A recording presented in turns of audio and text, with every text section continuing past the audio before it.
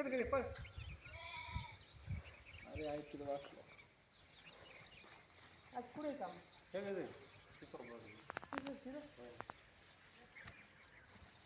काय तर मित्रांनो, आज आम्ही वस्तीचं काय ना चिंचेवाडी येथे विहिरीत साप पडलेला आहे. तो आता आम्ही पकडून सुरक्षित जंगलात सोडणार आहोत. तर खूप सुंदर असा साप आहे. तर तुम्ही पाहू शकता.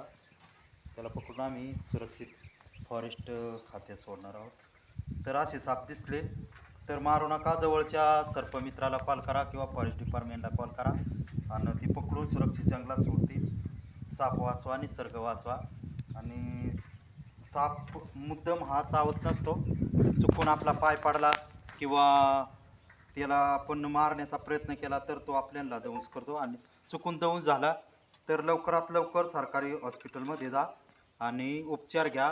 असं झाडपाला किंवा मंत्रतंत्राच्या नादी लागू नका, जेणेकरून रुग्णाला लवकरात लवकर उपचार भेटतील. त्यामुळे लवकरात लवकर दवाखान्यात जा आणि उपचार घ्या. तर धन्यवाद. तर आम्ही आता पकडण्याचा प्रयत्न करत आहोत. तर हे पहा, इथं तस्कर जातीचा साप आहे. त्याला आता पकडण्याचा प्रयत्न करत आहोत.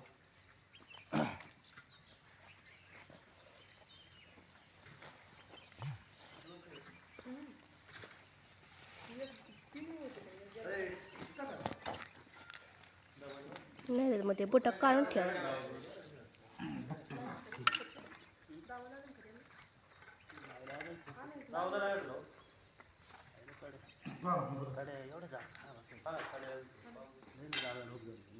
पळाले जाऊ ते बोराटीचे काटून खाली गेलं.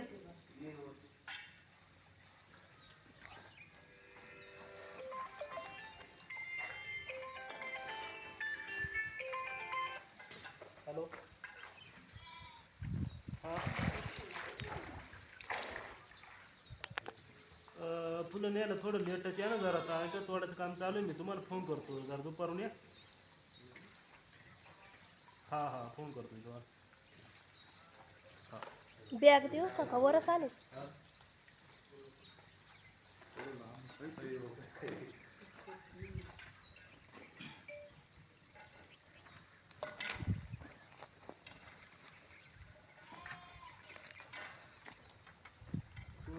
बरं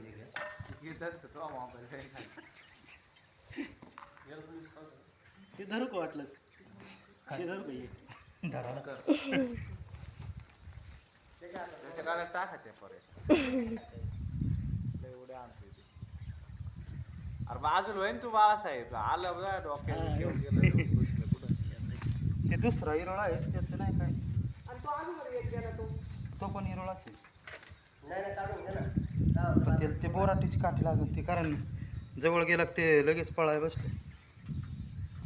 याला विषय राहतो नाही, बिनविषारीची.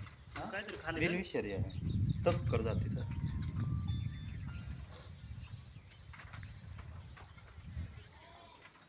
बोराटीची काठी आहे ना बरं.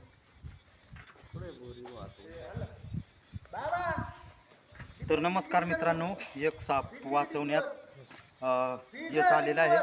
तर आमचे सर किसन खेमनर यांनी कॉल केला आणि आम्ही आलो, सापाला वाचवलेला आहे. तर सरांचे खूप खूप धन्यवाद, कारण त्यांनी खूप सुंदर अशा सापाला जीवनदान दिलेलं आहे. तुम्ही पण असे साप दिसले तर मारू नका. तसेच आमचे मित्र सागर भाऊ खेमनर थोरात, तसेच सगळे यांचं खूप खूप अभिनंदन, कारण त्यांनी खूप भारी सापाला जीवनदान दिलेलं आहे. तुम्ही पण साप वाचवा, निसर्ग वाचवा, वन्यजीव वाचवा, निसर्ग वाचवा. तर खूप खूप धन्यवाद.